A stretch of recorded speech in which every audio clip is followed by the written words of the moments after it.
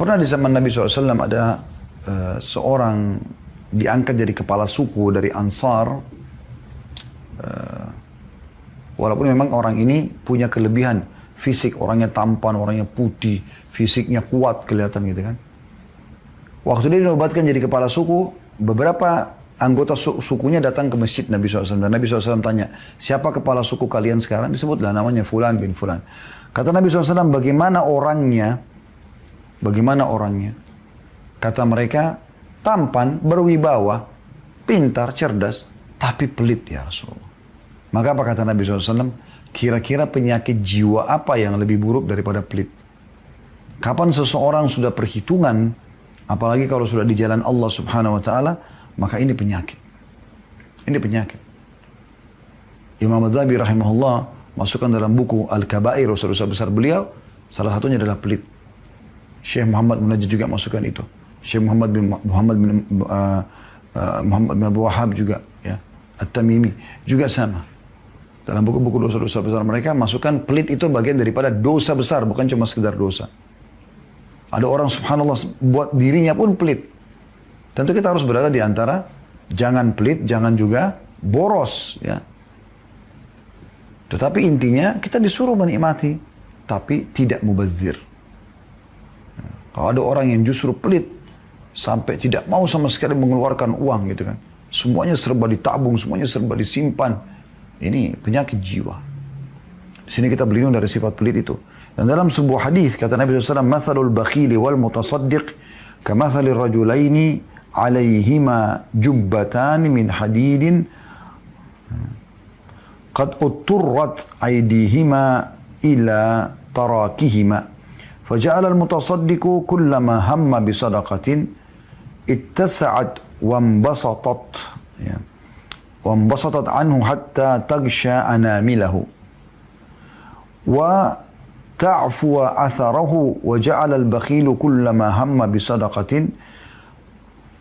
قلصت وأخذت كل حلقة بمكانها وأنا رأيت رسول الله صلى الله عليه وسلم يقول بإصبعه في جيبه فلو رأيتها يوسعها فلا تتسع. Artinya, perumpamaan orang bakhil, orang yang pelit sekali bersedekah, tidak mau mengeluarkan di jalan Allah, dengan mutasaddiq, orang yang dermawan, suka bersedekah.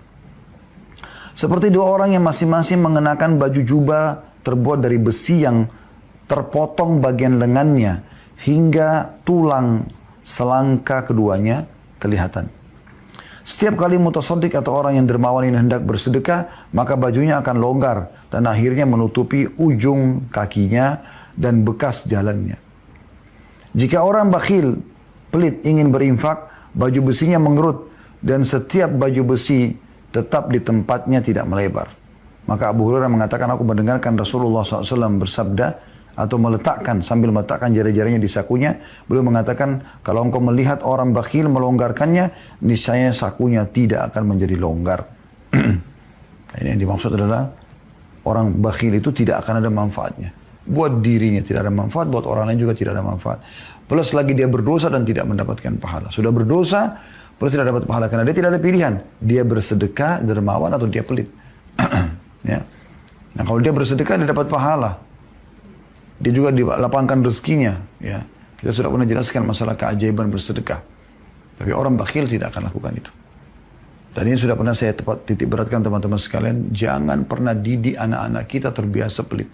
Bermula dari membelikan celengan. Berhentikan memberikan celengan ini. Tidak usah nabung, ya. Tidak perlu nabung. Yang benar sedekahkan, yang benar sedekahkan. Kecuali kebutuhan mendesak memang kita harus keluarkan dalam waktu dekat. Seorang wanita diberikan nafkah oleh suaminya untuk 1 bulan. Ya udah dia taruh untuk dia keluarkan bertahap, itu lain. Ya. Seorang anak diberikan oleh orang tuanya untuk biaya bulanan dia keluarkan, itu tidak ada masalah. Itu boleh dia keluarkan bertahap gitu. Ya. Tetapi ada orang subhanallah tidak seperti itu, bukan di bab ini gitu.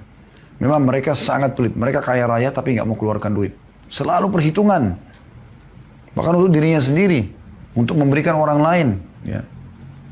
Pelit. Mungkin selama hidupnya tidak pernah mengeluarkan uang, Ya, 100.000 atau 1 juta atau 10 juta atau 100 juta. Sementara kita dianjurkan oleh para ulama, kalau kita ingin melatih diri kita agar bersifat dermawan seperti sifat Nabi SAW dan sifat dicintai oleh Allah dan kita jauh dari sifat pelit, adalah kita harus berusaha bersedekah setiap saat kita tingkatkan jenis jumlah sedekah kita. Jenisnya dan juga jumlahnya. Kalau misalnya Anda sudah selama ini rutin sedekah 100.000, coba Anda pindah ke 1 juta. 1 juta sudah, coba ke 10 juta, coba ke 100 juta. Dan yakinlah teman-teman sekalian. Kata Nabi SAW, ma naqasa malu min sadaqah. Tidak akan berkurang harta seorang hamba karena sedekah, tapi bertambah. Resep untuk kaya sedekah. Daripada Anda belikan celengan buat anak-anak Anda mengatakan tabung ya nak, maka pastikan teman-teman akan muncul sifat pelit yang merupakan dosa besar ini. Saya pernah lihat begitu di kondisi anak-anak di rumah kami. Saya tidak pernah setuju dengan ini, tapi pernah istri saya memberikan celengan gitu. Sudah saya tegur alhamdulillah dan mudah-mudahan sudah tidak akan ada lagi di rumah gitu ya. Maka anak-anak ini akhirnya keliling minta ke saya uang, minta ke umiknya uang ya. Bahkan sampai minta kepada PRT di rumah minta uang untuk nabung. Dan kalau kakaknya atau adiknya sentuh celengan, si kakak sentuh celengan adik atau adik sentuh celengan kakak, itu pasti marah. Bahkan kalau diangkat saja celengannya oleh orang tua yang ditaruh satu tempat, maka dia bisa ngamuk marah-marah kenapa celengannya nggak ada depan matanya. Coba bayangkan, terlahir nggak sifat pelit? Kenapa Anda nggak pada saat kasih uang jajan sekolah anak Anda di saat nanti sudah offline insya Allah misalnya. Terus sekarang sudah mulai offline, Anda kasih. Anda mengatakan, nak ini buat jajan ya. Nanti cari teman kamu, traktir mereka. Terutama yang tidak mampu. Nggak usah bilang nanti sisanya tabung ya. Enggak. Biarkan mereka terbiasa dermawan. Orang-orang yang bergerak di yayasan-yayasan sosial, itu karena dari kecil dibiasakan oleh orang tua mereka. Saya tahu ada satu orang, subhanallah, semoga Allah catat sebagai pahala buat mereka, tidak usah disebutkan namanya gitu. Dia setiap Sabtu dan Ahad itu keluar sama istri sama anaknya. Dia sudah niatkan setiap pekan dia sedekah, dan dia taruh di mobilnya bungkusan-bungkusan sembako dan yang lain-lainnya, pakaian segala macam gitu. Yang dia mampu, dia ajak anak-anaknya. Anaknya ada 2 atau 3 ikut sama dia. Kemudian mereka jalan. Dan dia bilang sama saya jalan Ustaz, saya tidak perlu tahu saya kemana gitu. Pokoknya saya jalan aja gitu. Misalnya kami masuk ke tol Cikampek, nanti kalau ada akses atau kami lewat pintu akses keluar, kami keluar. Kami lihat ada jalan masuk, karena kami masuk ke jalan. Di situ yang kami juga sendiri tidak tahu gitu. Pokoknya kami masuk. Begitu kami temukan orang susah, kami langsung ngobrol sama dia. Permasalahannya apa, kemudian kami kasih bantuan. Dan kami biarkan anak-anak kami yang memberikan kepada orang-orang susah ini. Akhirnya itu menjadi sebuah program rutin keluarga. Coba Anda bayangkan. Pernah nggak Anda berpikir seperti ini? Berbagi. Bahkan sifat pelit ini sudah ditanamkan oleh syaitan dari mereka masih kecil. Saya pernah lihat depan mata saya anak-anak dan saya tegur itu di rumah kami gitu. Jadi kalau sudah dikasih makanan masing-masing di piring gitu, kayaknya sudah sulit sekali untuk dia bisa berbagi kepada saudaranya di sebelah. Maka ini kita sebagai orang tua harus peka. Bagaimana kita didik mereka agar tidak terbiasa dengan hal seperti ini. Ya. Jadi kadang-kadang saya suruh si kakak bagi kepada adik. Atau kita buatin program, hari ini siapa yang bersedekah? Nah, kalau dia sudah berbagi, nanti kita yang memberikan sebagai orang tua penggantinya gitu. Itu bagus, dan biasakan mereka lihat di pinggir jalan, Anda lihat orang miskin, Anda bersedekah gitu. Anak-anak kadang-kadang ingatkan saya kalau di mobil, abati itu orang susah di sebelah. Saya pernah bahkan ditegur karena kami lewatin satu orang susah gitu. Biasanya saya mampir buka jendela, kasihlah yang Allah mudahkan. Loh kok abati lewatin? Abati itu maksudnya ayah sayang ya. Anak-anak saya biasakan panggil saya abati gitu. Kok abati lewatin tuh orang susah? Anak saya umur 3-4 tahun ngomong gitu. Alhamdulillah berarti kan minimal sudah tertanam dalam diri mereka, oh orang susah harus dibantu. Dan sangat banyak orang tua tidak pernah tanamkan ini. Saya pernah memberikan mereka permen, coklat, snack. Kemudian saya suruh bungkus sama-sama. Mereka sudah sangat gembira, semangat bungkus di rumah gitu.